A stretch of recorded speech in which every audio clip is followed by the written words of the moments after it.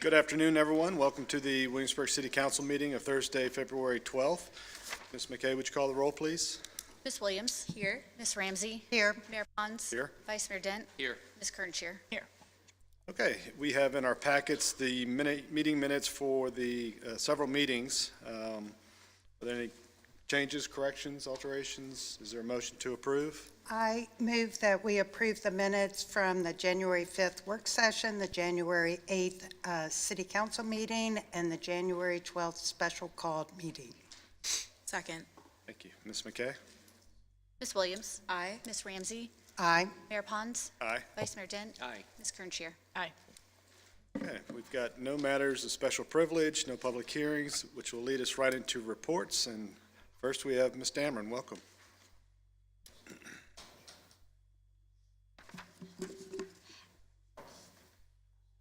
Good afternoon, and today we're going to review our report from January. And our first revenue that we're going to look at is our sales tax. Keep in mind there's a 2-month delay on sales tax, but as of January, we're at $2.6 million, 43% of budget, and showing a 5% increase compared to last year. And last year we were at 41% of budget at this point in time, and we did end the year pretty close to our budget. We're maybe just slightly under 1% below budget. And next slide, we're looking at our room and meals tax. With our rooms tax, we're at 53% of budget, and we're showing a 14.5% increase compared to last year. I've mentioned this every month. There's some delinquent collections mixed up in that. So don't misinterpret that as all current year results. And then on our meals tax, we're roughly almost 1% ahead of last year and at 47% of budget. And I will remind you that the activity we're seeing now is for the month of December. Our budget on both of these revenue streams include some increases that will occur later in the year, and we're not collecting quite yet. And then on our tourism tax, our $2 lodging tax is at 54% of our budget. It's showing almost a 25% increase compared to last year, and again, that's related to some of the delinquent collections that we're pursuing. And our historic sales tax is at 44% of budget, and it's showing slightly over a 5% or 6% increase from last year. And then our real estate revenue still hovering around 51%, which is where I expect to see that revenue at this before the second half collection. And we are showing a 4.5% increase compared to where we were at this time last year. And our personal property tax, we're at 85% of budget. And we're showing a 21% increase compared to where we were at this point in time last year. And our business property tax, we're actually trailing behind our budget a little bit, and we're showing a 2% decrease compared to last year. Now, I will tell you that even though we have one collection that was in December, we continue to collect delinquent collections up to the end of the year. So we will continue to monitor that. And we actually historically pick up quite a bit typically between now and June 30th. And then this is our total real estate revenue through FY25. And this just shows the trend line both in terms of over the years. We do have 19 on there as our before COVID. And last year, or this in 25, we're about 7.6% increase compared to fiscal year 24. And that concludes my formal, well, I'm sorry, I've got one more. I have the personal property and the business personal property over the years here. The light bars are business personal property, and the dark blue bars are personal property. And you can see in personal property, that big jump that we started to take in 22 as we came out of COVID and we saw the market value of cars go up. I believe it was 23, we actually, instead of assessing at 100%, assessed at 80%. And then in 24, you see that another jump. You start to see it in 25 come down a little bit as those prices start to normalize. And then our business personal property is, since it's pretty level, you can see a little bit of a peak in 21 as we came out of COVID. And then we're pretty level when you compare 25 to 24. I will also remark that in terms of expenditures, we are in line with our budget and all funds. And in terms of the utility fund, the revenue is performing like we would expect to according to budget. I also understand that council wanted me to address an appropriation for the amphitheater. The amphitheater was part of the fiscal 23 budget and had for $5 million, and that money has carried forward every year and up into and including FY26. And so that was the authority for that revenue stream. And I'm happy to address any other questions that you might have. I don't have any questions regarding this, but I did want to just ask. I've been hearing from some other municipalities as they've been thinking about some of the legislation that we're seeing in the General Assembly, but most notably the potential of unionization of some of our governmental workforces and what their impact may be. I've heard in one jurisdiction it could be as much as 24 cents in real estate tax to cover what they anticipate spending. Have we begun contemplating what that may look like in the city? I know we've got a lot of things on our plate. Right. But We have not looked at that yet. We will certainly take a look at that and inform City Council of what our findings are. I guess if something were to, if it gets to the General Assembly, it wouldn't be imposed. Well, I don't know, who knows what may happen, but it might start July 1, which would be beginning of our fiscal year. So there may be some impact, so something to think about. Yeah, we will definitely look at that and do some analysis and come back and let you know what we think how that might impact us. Okay, good, thank you. Any other questions for Ms. Dameron? Thank you, Ms. Dameron. Okay, takes us now to monthly departmental operating reports. Who do we have today, Mr. Trivett? I see the Chief Snyder coming in. Yeah, today we're going to hear from the fire department. All right. Welcome, sir. Well, good afternoon, Mayor Pons, Vice Mayor Denton, City Council members. We were going to do a department highlight, talk about some of the community risk reduction, some of the new initiatives that we've had. Before I jump into the department report, I just want to highlight, obviously, in the last few weeks, we've had two pretty significant winter weather events with Fern and Gianna. I just wanted to reiterate thanks to city staff and their preparation and planning for that. Obviously, council was well informed with the city manager's office and the things that we were doing to prepare for those. And just a lot of folks did a lot of work, and a lot of folks did some planning things that you may not have seen. I just wanted to acknowledge city staff, as they always do a tremendous job on making sure that our community is safe. So I just wanted to take an opportunity to thank city staff for all their hard work with that. So for the department highlight report, we're just going to talk about community risk reduction, and it's an area of the fire department that we've always done a really great job with, and Vice Mayor Dent can certainly attest to that as well.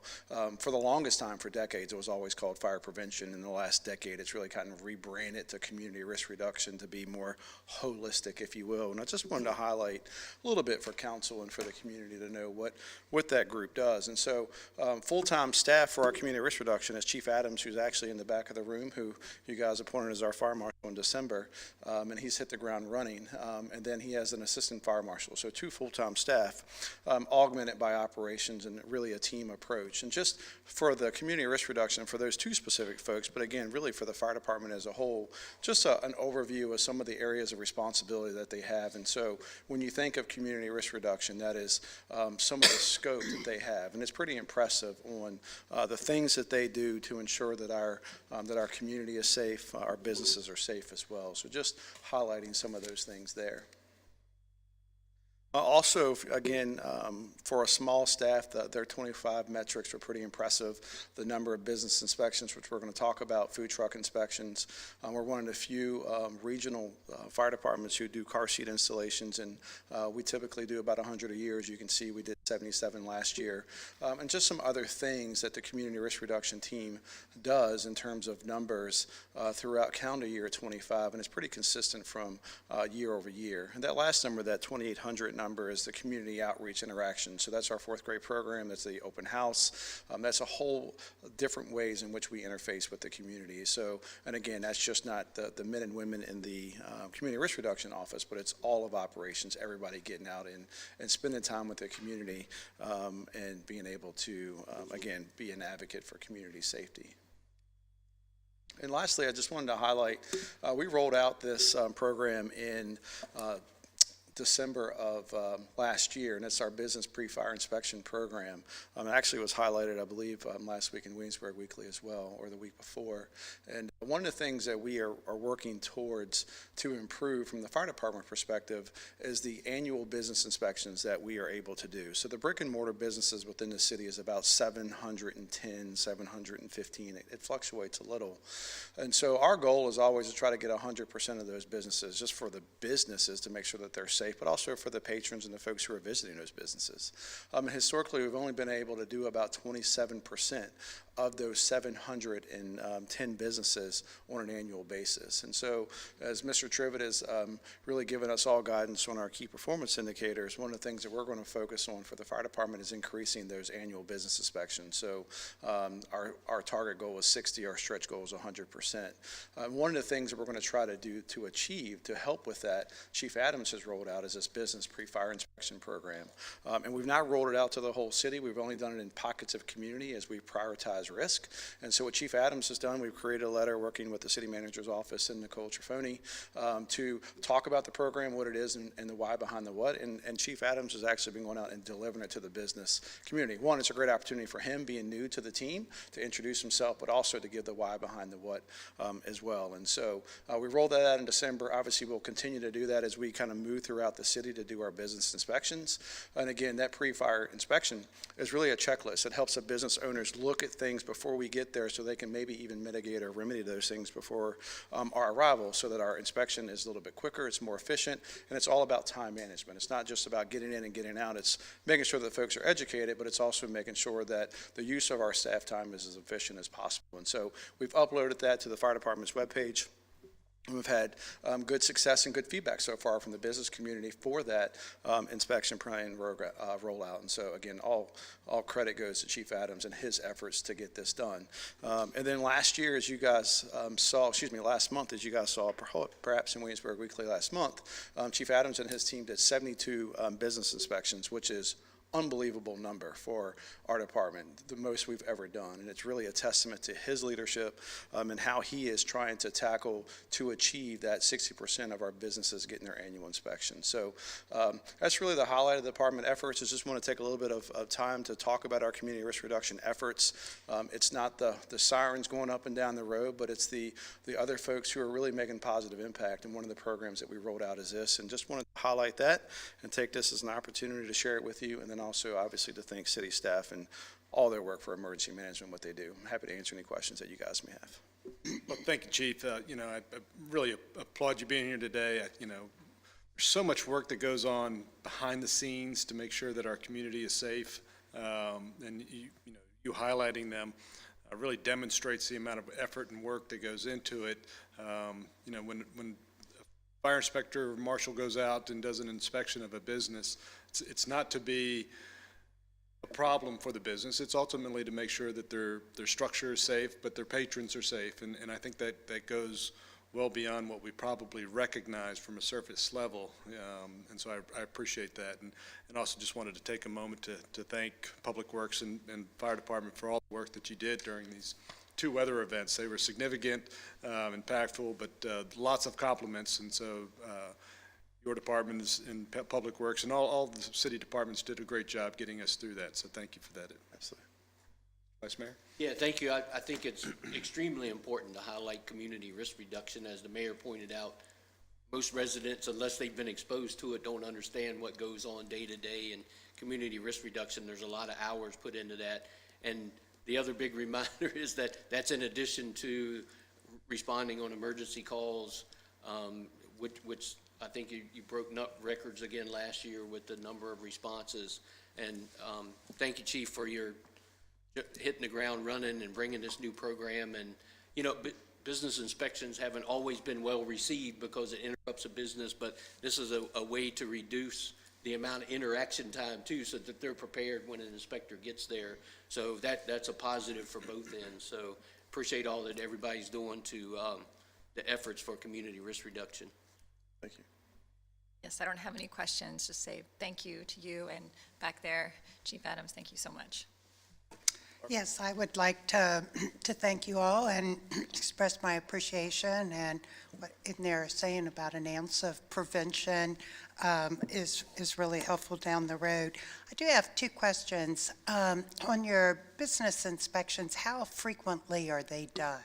So the business inspections are done on an annual basis. Oh, wow. Yeah, so the goal is to do them once a year. And so oftentimes what will happen is if we find some violations, obviously the business owner has a certain amount of time that they can go and correct it. So then we have to do a re-inspection, which adds to that time management to be able to get to the other businesses you haven't gotten to. So the goal of that pre-fire inspection is really to reduce those number of re-inspections, to have to go back to verify that a business owner has corrected whatever violations that Chief Adams and his team have found.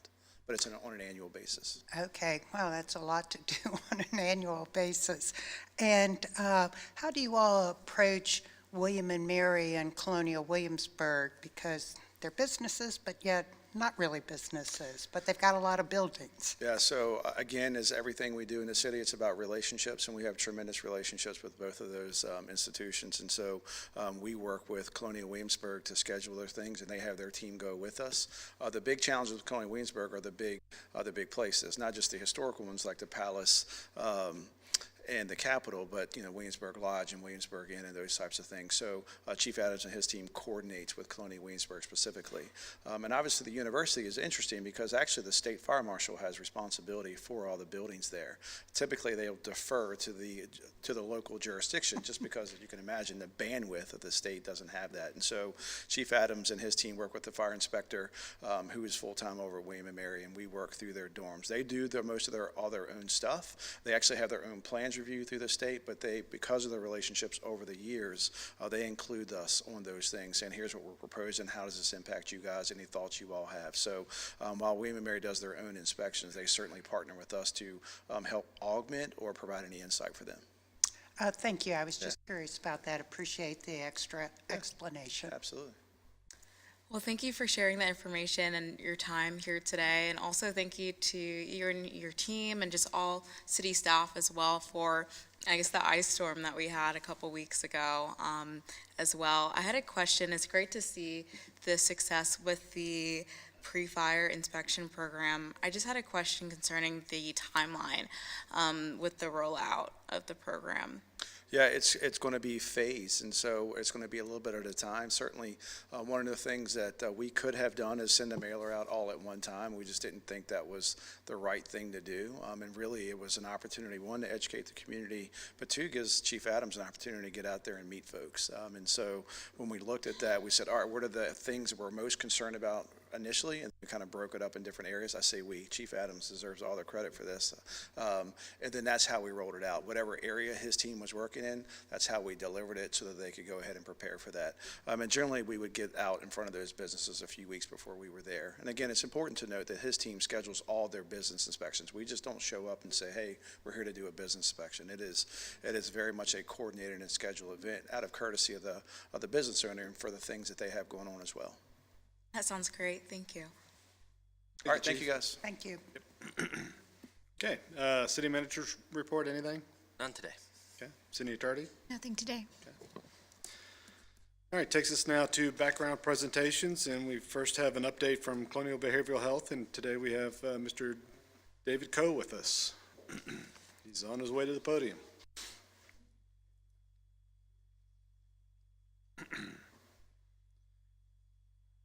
Good afternoon and welcome, and congratulations on $2 million from the feds coming in. You saw that. I did. That was a one-off on being on TV. I think the series was canceled after that. Maybe there'll be a sequel someday. Hopefully. So I want to thank the City Council, Mayor Pons, members of council for the opportunity to present today. I think we haven't presented here since before COVID. So things have changed a little bit with the city. Things have changed with us. Some things are the same. Some things have changed a great deal. Am I managing this? Okay, all right. There we go. All right. So a brief introduction to Colonial Behavioral Health.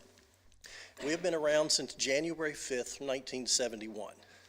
So we just celebrated our 55th birthday, which means we are now eligible for the senior discount at IHOP. So something that's a little different with CBH than with many other agencies in the community is that we are created by state statute. We exist in the Code of Virginia, and therefore, local government appoints 100% of our board members. So that places us in a little bit of a unique place. The other thing that makes us unique is that we are not only public, but we're also an unincorporated 501c3. So we walk with 1 foot in the public sector, 1 foot in the private sector, and sort of balance between those pretty constantly. The city appoints 2 members to our board of directors. Chief Dunn is back here today, ably represents the city, as did Wendy Evans before him. I think you have 1 vacant seat on our board right now. So for the last several years, we've gone back 5 years on this, and we're showing that we have averaged 238 city residents per year that we've been serving. That number dipped during COVID, as did most everything during that time.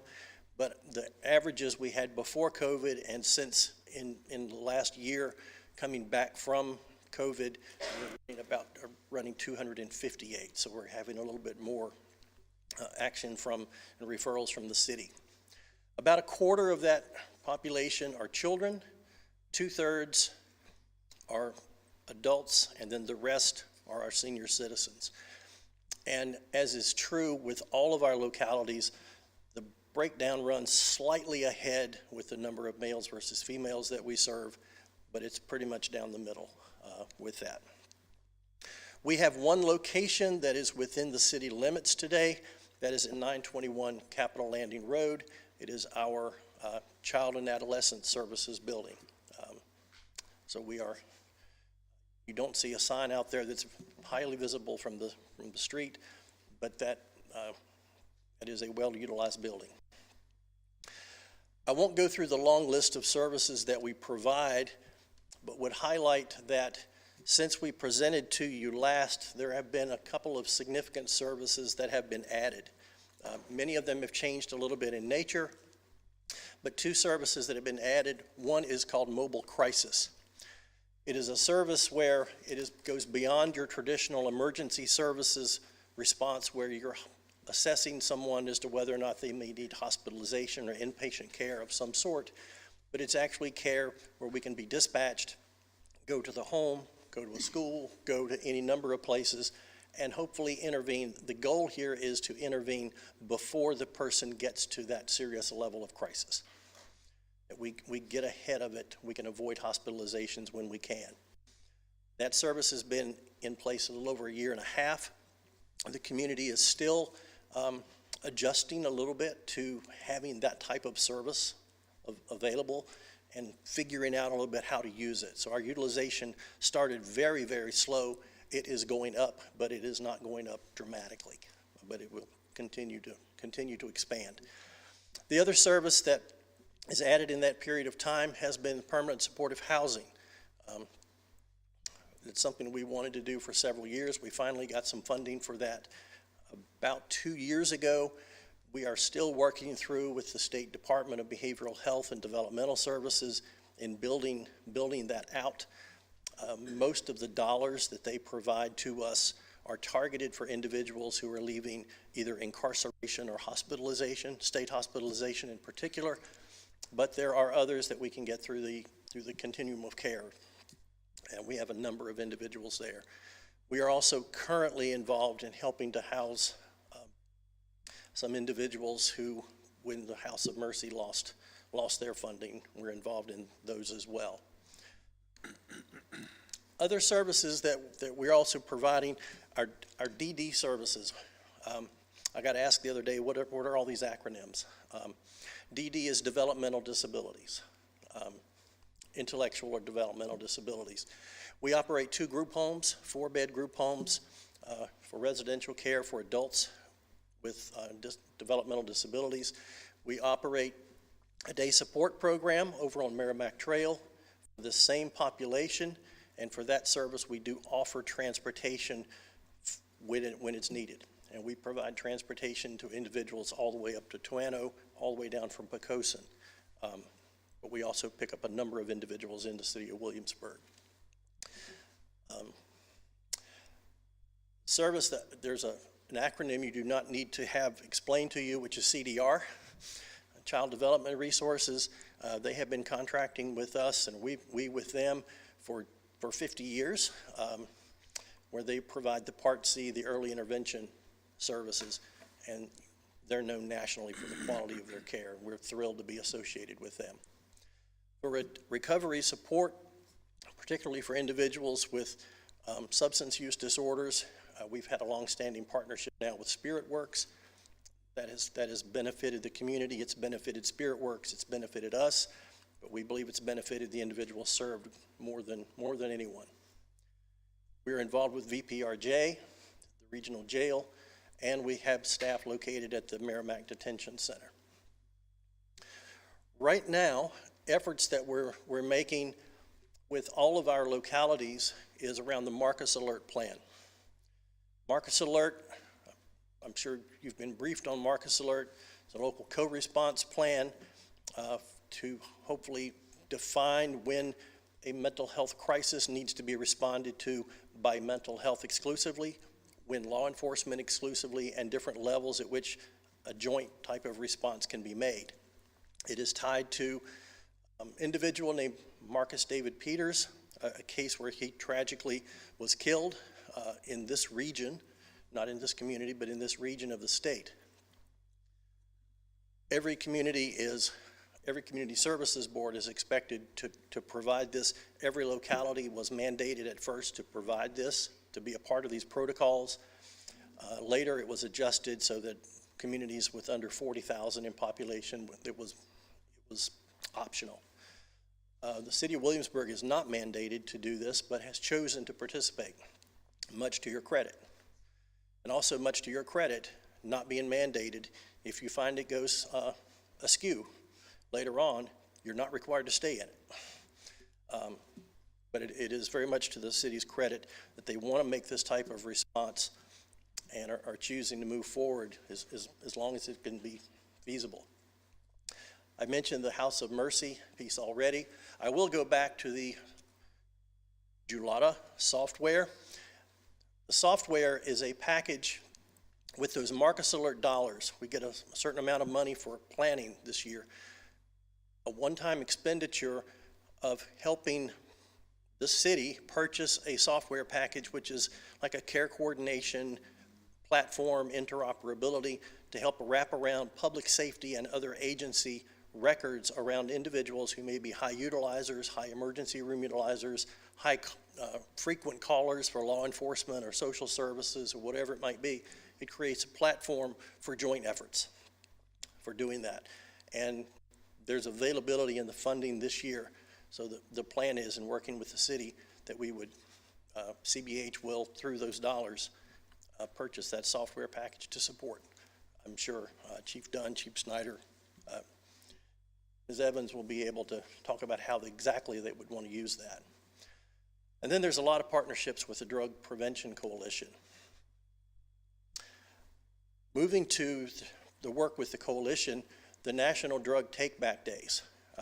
We've been thrilled to be partners through the coalition with the city and the other jurisdictions.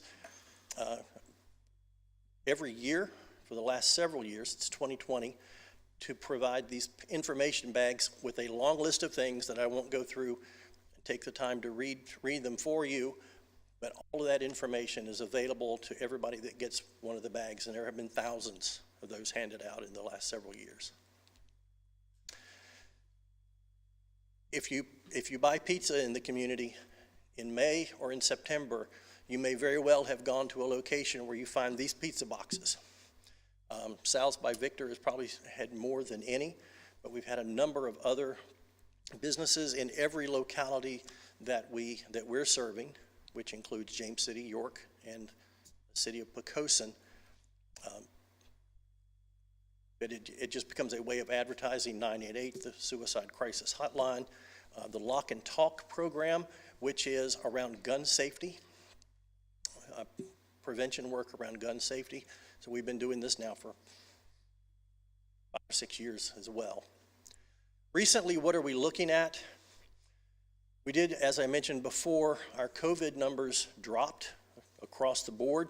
That was partly due to vacancies. It was partly due to people being scared to come out, getting telehealth services rolled up and ready to go. But in the last year, we have reworked our front door and how we're providing front door services. So we are on pace this year to double the number of agency intakes that we had in previous years. That's a different approach that we're taking. It's a little bit different structure within our services, and we're finding that is fairly dramatic. But with those individuals that are coming in, we're finding that the cases are more complex than they used to be. But there's a lot more out there to affect the folks that reside in our communities. And their lives just get more complicated more quickly. So we see that consistently. We have an increased focus, which we believe is a very positive mood toward trauma-informed care. And we are increasing our focus on prevention and wellness efforts. The current challenges we're facing, I'm sure you'd be surprised to see that we had recruitment and retention issues, workforce issues. Nobody else has those, but those are unique to us, of course. Something the city also wrestles with are the federal funding uncertainties right now and state funding uncertainties. We find at times that the state funding can be just as uncertain or maybe more at times than federal. That's saying something these days. Our developmental disability population services often have Medicaid reimbursement rates that are lower than we need. You will hear from Chief Dunn would speak very eloquently to the idea that we have a state hospital right here in our community that you can't get anybody into. The Eastern State Hospital has been filled for several years with individuals who are from the forensic population, meaning having some criminal justice involvement, a jail transfer, a not guilty by reason of insanity, acquittee, and some specialty type court orders that can have folks there. So for the last several months, there's been an admission to Eastern State Hospital from this area. They have been admitted to Marion, Stanton, Northern Virginia. They go all over the state because we need to have ways to we need to expand our access locally. And then Virginia is redesigning its Medicaid funding for behavioral health services. As I mentioned before, we're working on Marcus alert planning with the city, and we are working as a state right now toward a federal application due in April for the state to become, or CSBs across the state to become certified community behavioral health clinics. which would have us approximately looking like a federally qualified health center with a cost-based reimbursement system, which could be transformative to funding formulas, to abilities to attract and retain staff, improve outcomes, all of those things. And the $2 million was mentioned earlier, and we're very grateful for that. So far, that does not add up to, the state gave us $12.5 million to build the building that you see on the screen there in front of you, the Center for Support and Wellness. It is going to be our crisis services center. We will have 4 beds or 4 slots there for CIT assessment center, where we can accept transfer of custody from law enforcement during an evaluation period. We will have 12 chairs that are 23-hour chairs for stabilization to hopefully have folks decompress, calm, not have to go to a hospital, not to be kept. But then for those individuals that do need longer-term services, we will have 8 beds for a crisis stabilization unit that will have anywhere from 2 to 10-day stay. That is under construction right now. The structural steel is going up. The exterior framing is going up. It's under sheetrock, and not under sheetrock, under sheet metal, and we finally got the ice off of it, so we're able to continue at this point. Scheduled to open later this year. We're also in the planning stages for moving back into supported employment services, revising our psychosocial rehabilitation program, our partnership to provide integrated behavioral health, primary care, and dental services under one roof with one front door. We are making progress in that area. And then the Marcus Alert, which I've already mentioned a couple of times. There's a lot more we do. I will get out of the way so you all can proceed with the rest of your meeting. But we're very proud of the work. We're very proud and honored to have the privilege of serving the city of Williamsburg. We thank you for your support, and if you would like to come around, ask questions, get a tour of any or all of our facilities, we're happy to do that anytime. Just let me know. Contact information will be here. Well, thank you, Director Coe. Certainly appreciate you making the time since COVID to come today. It's always good to hear from our community partners, and I think especially for this one, because I think the work that you all do in servicing our community often goes unseen. I think we all probably are more aware of some of the crisis situation that our residents find themselves in, and having a resource such as yours available to the community is invaluable. And so I certainly do appreciate the work that you all do. So thank you for being here, and thank you for serving our community. Thank you. Thank you, Mr. Coe. I too just thank you for the services provided. I mean, it's a diverse level of services provided with mental health and substance abuse. And I think it's really important for the community to hear this, because I think I would venture to say that everyone's been exposed to someone that didn't receive the proper mental health care at some point, and some unfortunate results that come from that. So I think it makes a huge impact in the community, and really appreciate you and all of your staff for the work that's done in the Williamsburg area. Thank you. Yes, I will add to the thanks for your time, and I definitely learned things here today, and I appreciate that. Particularly around, we hear lack of access, but just hearing about folks having to go to facilities in Nova or Stanton or somewhere that really has a huge impact, then think about families that are impacted by that as well. And so there's a real ripple effect to all of these things that not just impact the individual, but then those who are around them as well. And so this is incredibly important, and what you all do is, as you mentioned, is so complex and getting more complex all the time in terms of what folks are going through, but then also the complexities of the systems that you have to work with, whether that be the state or the feds, and localities. So I appreciate that you have so many balls in the air at any given moment, and I'm glad to see that you all are expanding in such ways that is really exciting. and noting, the increase, in services and touches that you are having with community members. So thank you very much for all the work that you and your team do. Thank you.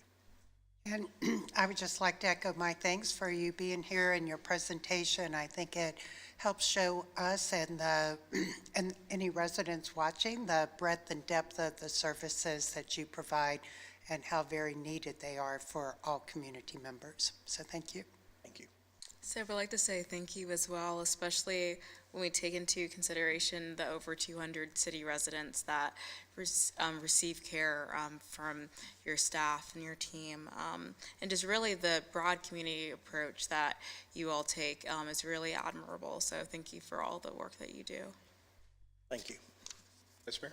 I did have a question I wanted to ask. Since I know I was familiar a lot of times when you're talking about transferring these patients to facilities in other parts of Virginia, oftentimes they had to be transported by law enforcement, and that's still the case? Yes. Which takes another valuable resource from each of the communities that to travel those great distances across the state to transport a patient.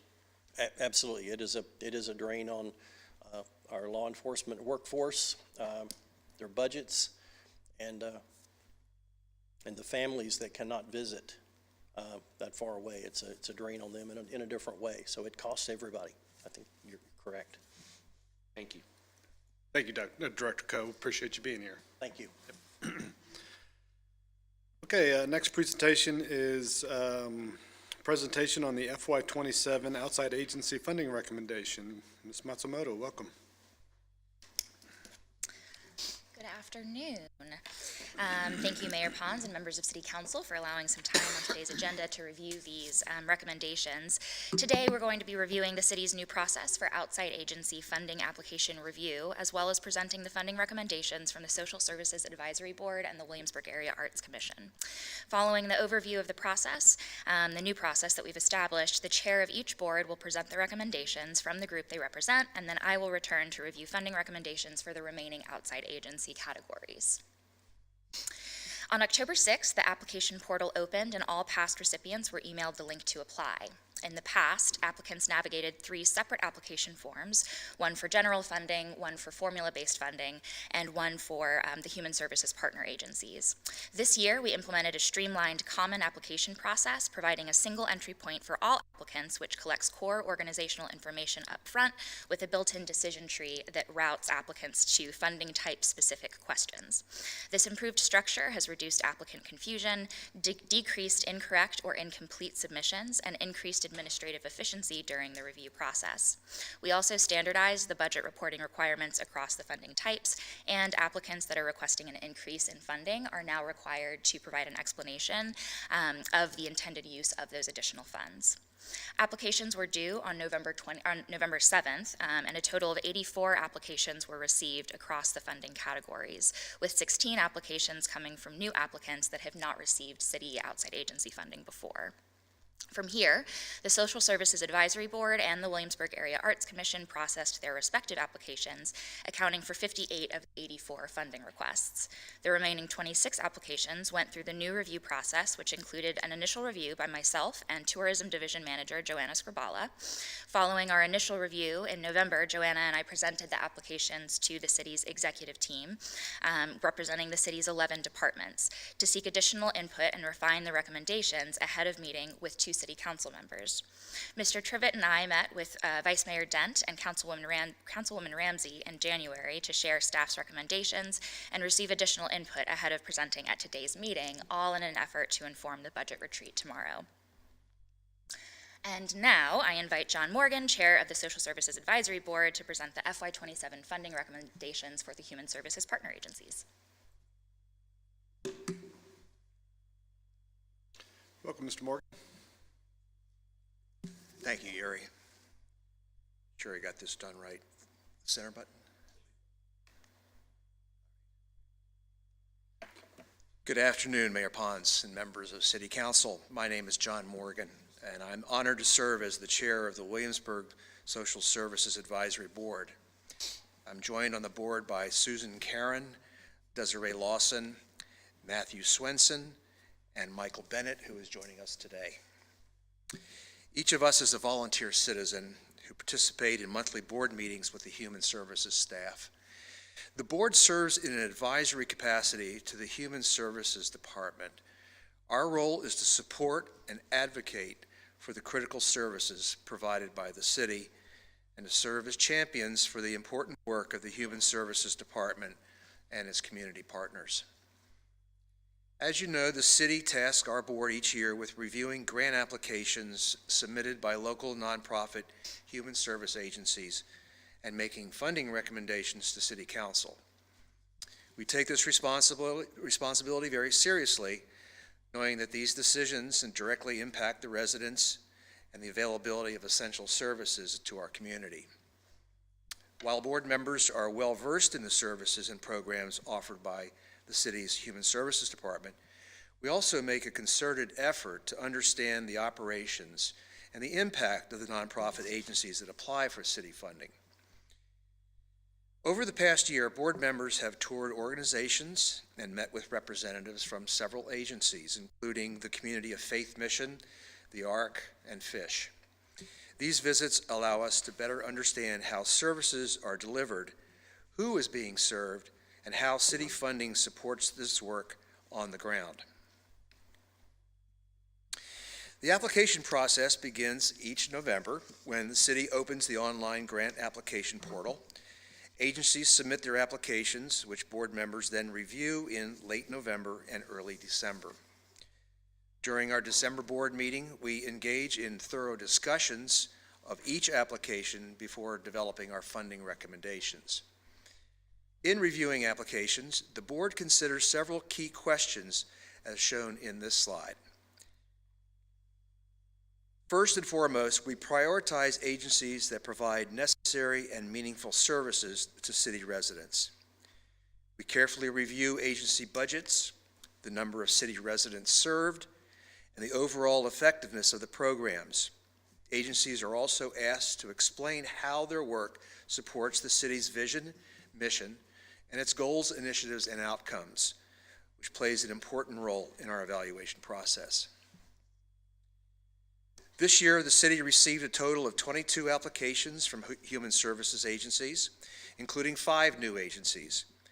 Bacon Street, a previously funded agency, has closed its operations and therefore did not reapply. Of the 16 previously funded agencies, 11 requested increased funding for the upcoming fiscal year. After careful review, the board recommended that funding not be awarded to 5 other applicant agencies, none of which had previously received city funding. These recommendations are based on factors such as the limited number of city residents served, or because there are more appropriate or better aligned funding entities that support those organizations. These decisions were not made lightly, and the board carefully weighed community need, impact, and alignment with city priorities in making its recommendations. One of the new applicants this year is the Salvation Army. In prior years, city support for the Salvation Army's transitional housing program was included within the Human Services Department budget. It is felt that funding the agency through this grant application process provides a more appropriate mechanism for continued support, and as a result, this funding is no longer included in the Human Services budget. The other new agency recommended for funding is the Center for Child and Family Services. This agency has been providing services on the peninsula for the past 80 years and offers evidence-based substance abuse and trauma counseling. With the closure of Bacon Street, who provided similar services, there is an increased need for agencies to provide these critical services to our city residents. I see slide 4 is already up there. Hard to read that slide, but you have a copy of it, but I want to visually reference the document included in your packet and available on the city's website. This document provides the detailed breakdown of each agency's funding request and the board's corresponding recommendations. The Social Services Advisory Board strongly believes in the value of these nonprofit agencies and the incredible work that they do on behalf of our community and our residents.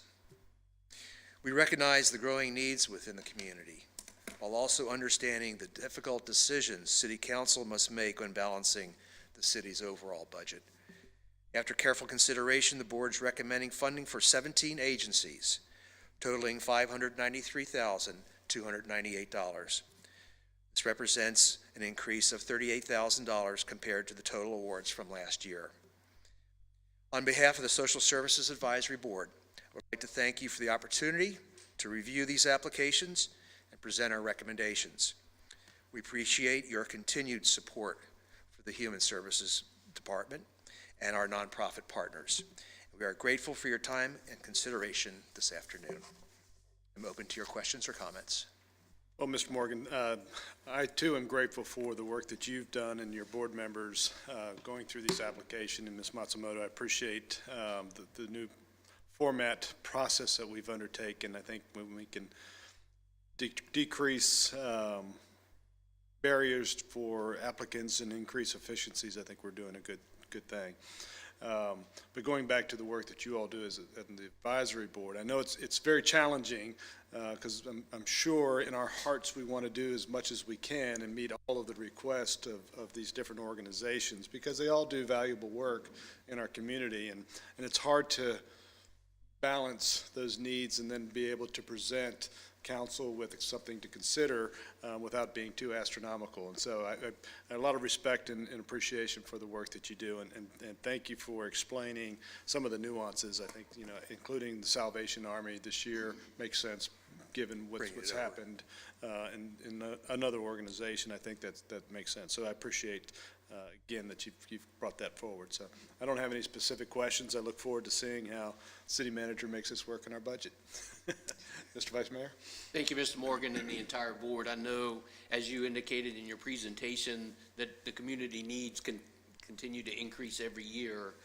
So it even becomes more challenging when you have to tell organizations no, that there's, for whatever reason, and I know that's difficult for you and the board, and you'll put a lot of time and effort into it, and the city really appreciates that. And like the mayor, I look forward to seeing how this works with our budget. Thank you. Yes, well, I'll add my thanks. I know, every year when you come and make this presentation and the recommendations, what it comes through is the care and the steady hand that you and the committee have when going through everything. And I think that, that's really important, to really kind of step back and say, what have we done before? What makes sense to make something different this year? What's changing that then necessitates for us to make a change or doesn't necessitate us to make a change? And I think it's that kind of, strategic thinking that, and like I said, kind of calm, steady hand that's necessary when making these difficult budgetary decisions or recommendations. And thank you. I was looking at the new agencies and you answered the questions that I had about the changes and those in your presentation. So I don't have any questions, but thank you so much for the volunteer work that you and your colleagues do, because that's really enormous to have citizens that step forward and do this hard work and really just truly out of your care and concern for the community. And so thank you. And I would like to echo my thanks and appreciation to you and the entire board. It's, I think we all wish we could do a lot more. There are so many worthy organizations in our community, but I know it's a hard task that you all have to take the request and go through them all and see which ones keep the same, increase a little bit, and things like that. So just really appreciate the work you do to bring it forward to us. Thank you. I also have no questions, but wanted to extend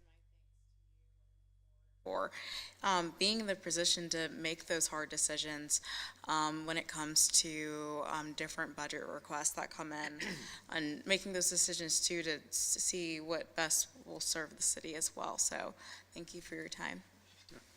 Thank you, Mr. Morgan. Look forward to seeing you around town. Thank you. Bye-bye. Okay. All right, next on the agenda is open forum. I do have one speaker. No? I think we have Williamsburg Not area. quite done Not yet, quite, sorry. So now we're going to call up Tom Phelps, who's Oh, the chair of the okay. Williamsburg Area Arts Commission, to provide those recommendations. Sorry about that, Mr. Phelps. We talked outside, and I saw you sitting there, but Hi. Mr. Mayor, Council, we're really happy to be here today to speak to you about the work of the Williamsburg Area Arts Commission. I do so on behalf of that commission. If I might, I will read their names, and Mr. Leek is also here with us today. There are 9 people that do the same advisory work that was just talked about, just for a different organization. So Susan Corbett and Bob Leek was here. Brandon Jest, who is also from Yorktown, who represents that area as well. Melody Matheny, Robin Phillips, Sherry Phillips, Barbara Volmer, and Nick Vretos, who all work tirelessly year-round to look at these applications, to encourage these applications, to write guidelines for these applications, and to review these applications, which some say takes up way too much time.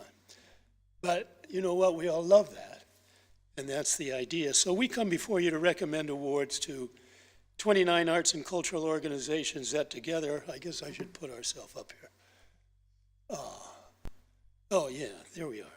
That together are going to represent about 250 to 300 programs throughout the area over the year's time. There's your projects, these are exhibitions, these are student and tourist conventioners who will be able to see all of these programs. They're well advertised, they're way beyond the area, but all of the programs, we insist, perform in Williamsburg or the surrounding area of James City County.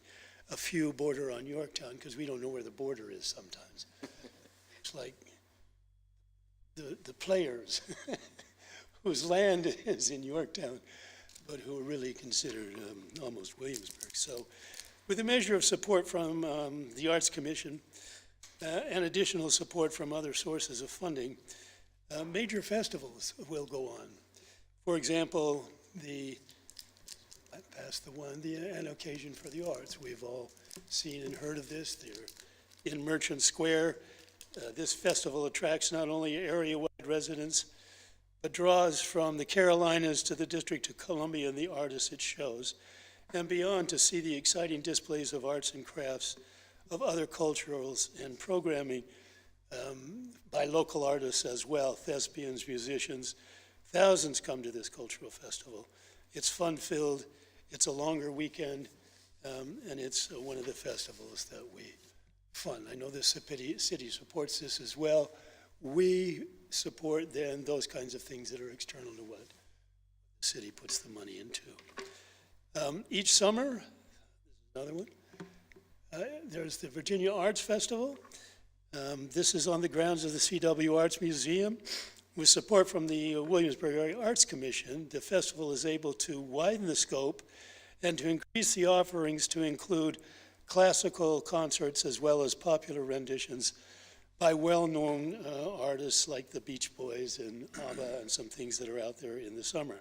Needless to say, thousands come to Williamsburg at this area annual event, which includes the hometown crowd en masse. I mean, this is just full of people having a joyous time. The commission also supports many, many concerts throughout the area, playing in a plethora of genre from the traditional to the classical. So let's start with some pictures of some of these kinds of things. Here we see the open door concerts featuring a quintet playing Baroque music. Oh, Baroque, very early. Lots of people come to these particular open door concerts. We also see the Tidewater, the other slide over here, the Tidewater classical guitar, who brings in classical guitar music from all over the world that plays in the library, that plays sometimes at the William and Mary Arts or Music Hall. This is a way in which not only can we hear this kind of music, this kind of genre, but to educate the people about what that genre might be. Dance, you say? Oh, yeah. We do dance, too. So here is iDance, an organization supported with our funds, present concerts, one featuring here modern dance methods and featuring also jazz choreography and the others. So it's a wide range of programs, it's a wide range of genre, it's a wide range of teaching how to do and perform dance. We also have the Virginia Regional Ballet.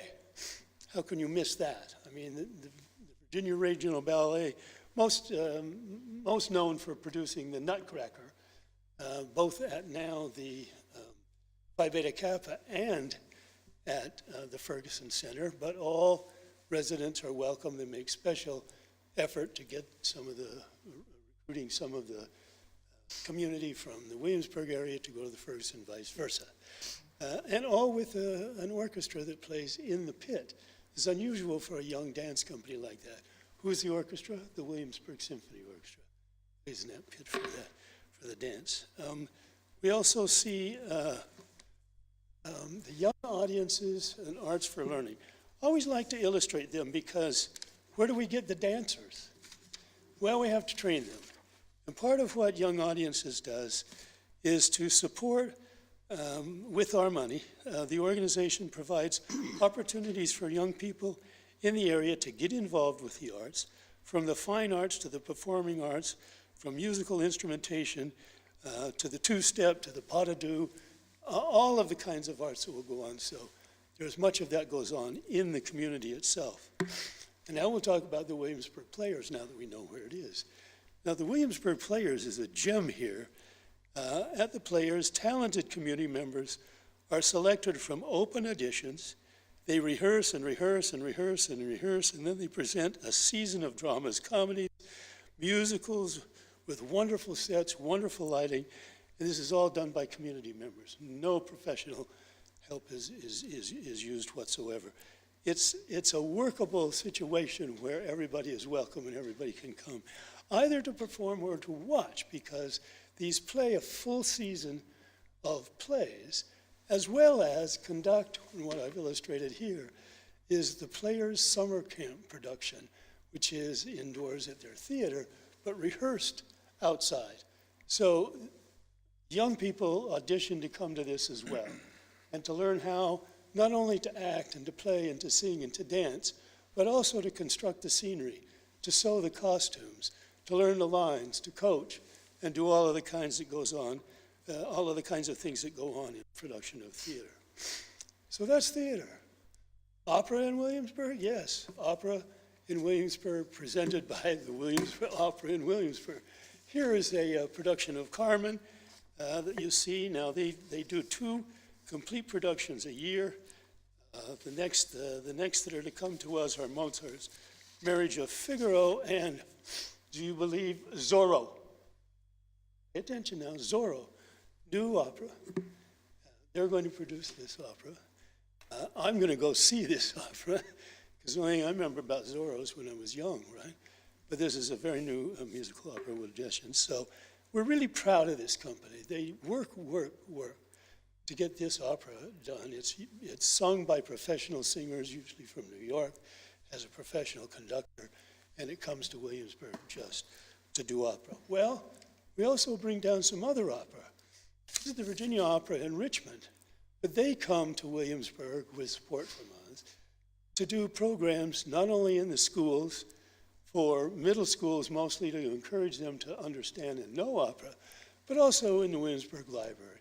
Here's a rendition of Cinderella, featuring, of course, the 2 stepsisters in a little altercation with Cinderella. So we get little scenes like that can be set up in the classroom, in the middle schools basically, and in the library. There are short scenes that are also viewed by many, many people. We also have support for the museums. Now, these are sometimes big and seemingly well supported, but what we do is add to the kinds of things that are done with these particular exhibits. For example, with the Jamestown York Foundation, a preeminent history museum, we see an excellent collection of historical documents, objects, fine arts, but support that we recommend this coming season in 2027, really, will showcase Black History Month, Black Artist Showcase And so they will show not only local black artists, but historical black artists who have painted through the centuries. And so you'll have a whole exhibition of that. And that comes because we can support them as well in all they do throughout the full year.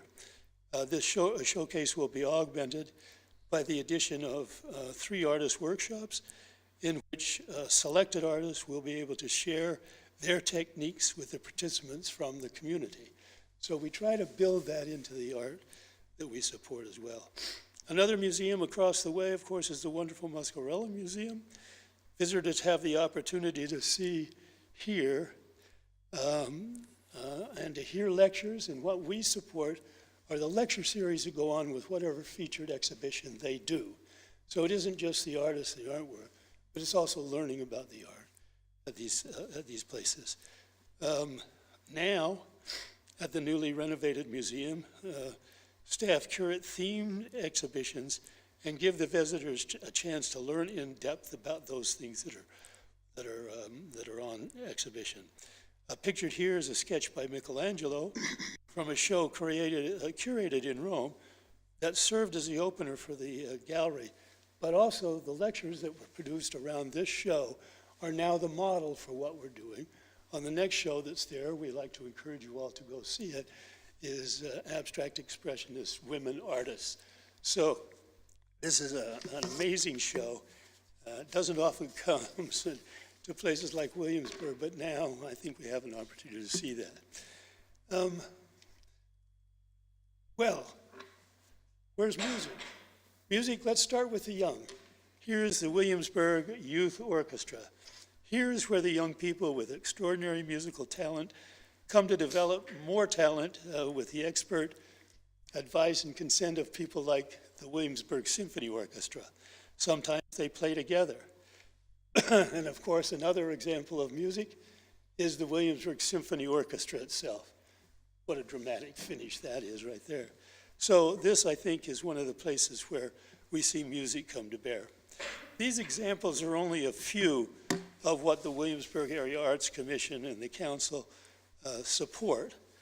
But I want to note, however, that we are recommending the budgeted amount of $159,000, which is flat funding for the last 5 years.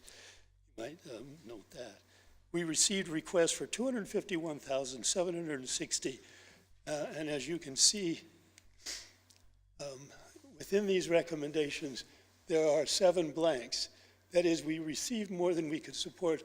Not only that, there are 7 new applicants that will receive no support because they didn't meet the guideline criteria that we put out in advance for the way in which we'll allocate funds, which is how we evaluate the applications. We will invite them, encourage them, and probably work with them to come back with these applications. Nonetheless, when we look at the chart, these 36 applications requesting, as I said, $251,000. Total recommended amount is $159,000. That's 63% of those that requested and the requested amounts. So still, the commission thinks that our recommendations are sound and based in keen deliberation by all of the commissioners, and we recommend that $159,000 amount for you to consider as you make your determinations. So, before I close, I show this amazing poster here because last week, in fact, it was exactly a week, and thank you, Ms. Williams, for introducing this. We presented, excuse me, in this hall, a forum called Arts and Allies, a Speed Networking Workshop. I had no idea what this was, but the commissioners got together and developed this particular kind of format, which is basically conversations among those that come to this forum, which are all arts and arts-related institutions and organizations, to sit around and talk among themselves in a timely fashion about topics, then move on and talk to the next group, at which time we take all of these notes and then try to cause the networking to happen afterwards. I mean, it was a huge success, a really huge success. So we're happy to do one of these each year, too, on a different subject. Last year we did it on boards.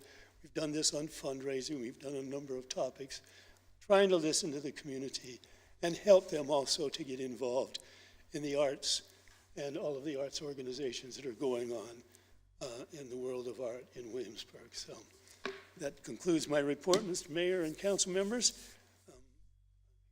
Questions? Again, to you as well, thank you for, and to all the commission members who serve to work to kind of go through all these applications and make a recommendation, and not like the Health and Human Services Board. You all are challenged with trying to decide who to support and not, and that's a heavy decision because all of these performances and artists bring something unique to the table. And in that uniqueness, I think, is one of the reasons I like to support the arts, because it brings so much to our community that inspires us, that keeps us motivated and gives us all more reasons to be here in Williamsburg, love Williamsburg, and spend money ultimately. And so A lot of tourists. I appreciate the work. I don't have any other questions. My colleagues may. Mr. Vice Thank you, Mayor. Mr. Phelps, and appreciate all the work that goes into making these recommendations. And I found it really helpful for you to highlight those, what some of the 29 organizations do and the impact that they have on Williamsburg. Is very helpful to be reminded of that. Oftentimes, because we're here, we forget exactly how many events and how diverse they are. So I really appreciate those highlights. Thank you very much. Yes, thank you. Again, like every year, your passion for this comes through so much. I get so excited about absolutely everything when you talk about it. And thank you so much, and to all the other members of the commission that are here too. And I just want to, really highlight the breadth and the depth of what you are presenting, both in and what all of these organizations bring. In terms of type of art, and then also the age, the age range that is impacted, I think, is really significant in bringing children in. And as I look at the list, I think of how,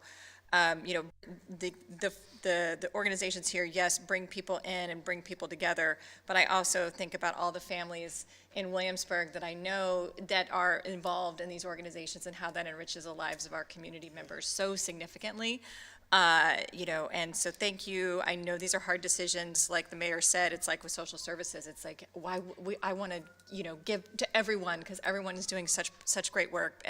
But decisions must be made, and I'm very grateful to you and the members who do the work to bring this forward to us, and we take this into consideration as we move forward. So thank you again. I, again, just like to echo my thanks to you and members of the WAC for your continued advocacy for such a vibrant arts and cultural life that we have here in Williamsburg. Not only does it add to our quality of life, but economic impact, and it makes this area a much better place to live, work, and be. So thank you. Yes, well, thank you as well. And it was an honor to see a little bit of the Arts and Allies event that took place last week as well. And thank you for going through just the showcase of events and organizations here in the Williamsburg area that put on so much throughout the year and really place Williamsburg on the map for the arts as well. It's great to just see the environment that all these organizations foster. So thank you again. Thank you. Thank you, sir. Thank you. I won't skip you this time, Yuri. One more Welcome back to time. the podium. All right, so as I mentioned before, I'm going to be reviewing the remaining outside agency applications, which are broken into 3 separate categories. First is formula-based. So these are organizations with which City of Williamsburg is either party to an MOU, an MOA, or some form of agreement where we have agreed to either on a per capita or other type of funding basis provide funding to these organizations. So let me get to... there were 9 formula-based applications that were received, representing a total request of $1,124,721, which was an increase of $394,294.50 over what was awarded in FY26. The bulk of this increase comes from WADA, which was a request that the city anticipated receiving this fiscal year, and as shown in the agenda packet, staff recommends funding in the amount of $1,095,721. Next, in the category of tourism, arts, culture, and events, we received 8 applications that represented a total request of $2,592,250, an increase of $11,825 over what was awarded in FY26.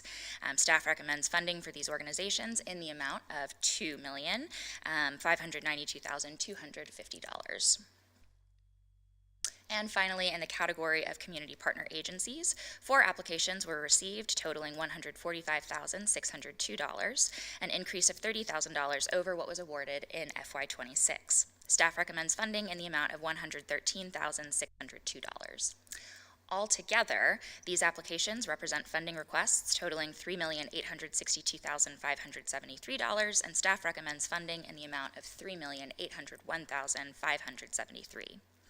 Lastly, we did receive 4 new applications under this category of applications from organizations that have not received outside agency funding from the city in the past.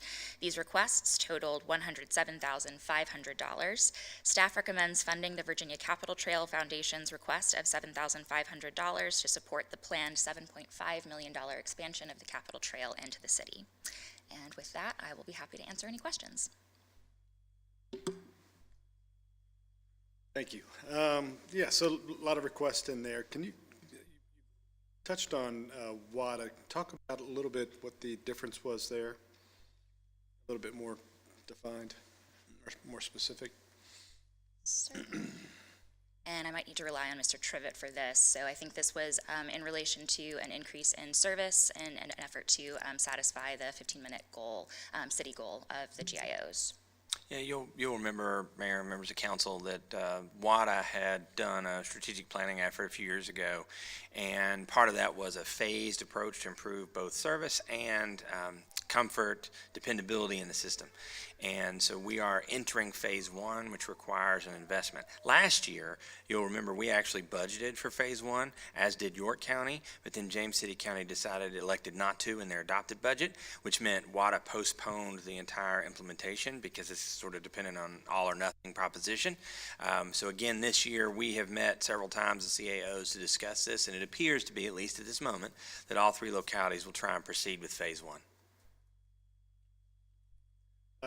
And then the request with Colonial Williamsburg, typically, I mean, it just identifies an amount there, but what they do more recently in the last few years is they'll itemize those breakdowns, and you've had the opportunity to go through those to make sure that they all kind of conform to our GIOs, essentially.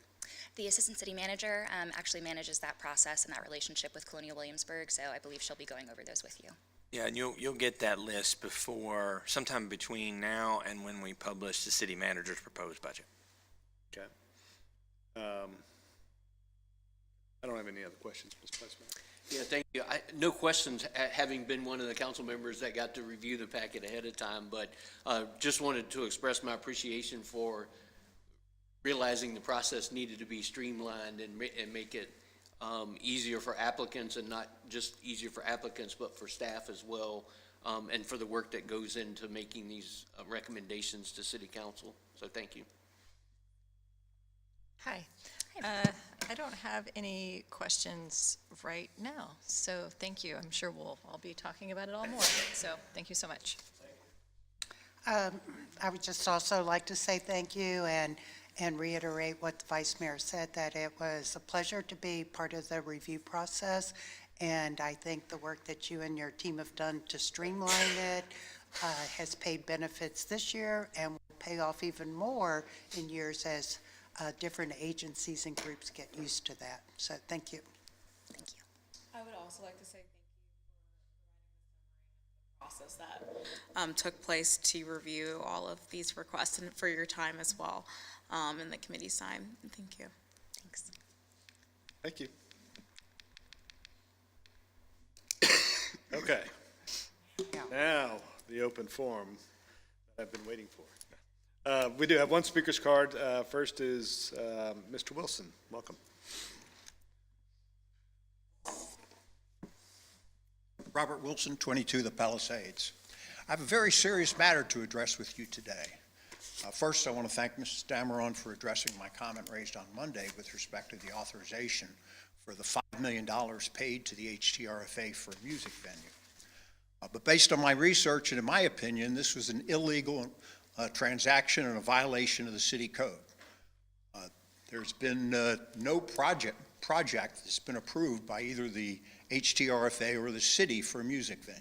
There's nothing submitted to the city for its rulemaking process, nothing submitted to the Planning Commission or public comment. There's been no public hearing and no authorization or resolution by this council approving such of a payment to the HTRFA. The city manager, seemingly on his own authority, paid $5 million to the HTRFA, of which he is also the chairperson. Now, I've warned you in the past of the problems that are involved when there's conflicts of interest, and you seemingly have ignored those warnings in the past. I don't know how we pay $5 million of city funds without proper authorization to another authority. We have checks and balances in the city that are supposed to exist. You are our elected representatives. There was $5 million shown in the financial report this month. Did anybody raise a question? What was the authorization for that payment to be made? I didn't hear anything at this meeting. Maybe you did it behind closed doors. But the $5 million is a pretty significant amount. It would have negated any need for an increase in admissions tax or increases in meals and hotel taxes. So, so now we have $5 million paid without observing the proper rulemaking process. What I suggest is you immediately direct the city manager to retrieve those funds until the proper rulemaking process has been observed. So thank you. I hope you act on this. Thank you. Thank you. Would anybody else like to come forward? Seeing none, I'll close the open forum and move on. There's no unfinished business. Under new business, we have consideration and action regarding proposed resolution 26-02, amending the capital improvement plan budget for fiscal year ending June 30th, 2026. Ms. Dameron.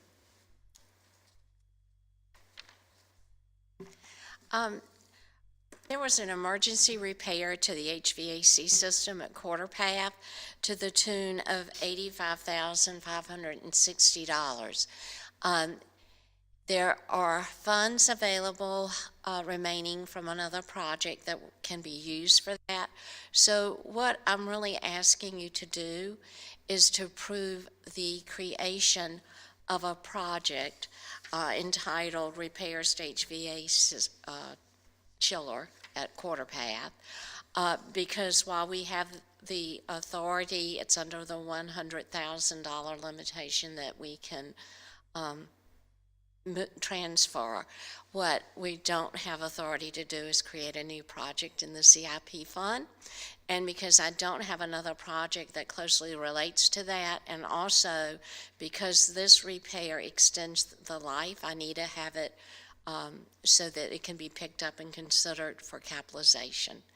I'm not increasing the budget at all, but I do need the authority to create that project. You described this as an emergency project. Yes, it was the chiller was down and it impacted, I don't know if I fully know the details, but I think there was some water impact that could happen to the gym floor, and then the air conditioning system wouldn't work.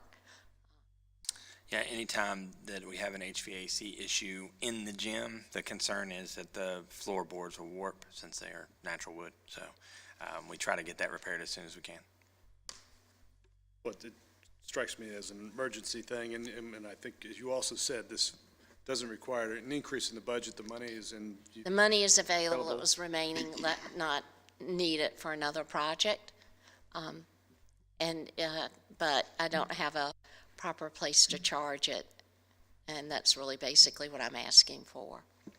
Questions? No questions. No questions. No questions. Is there a motion?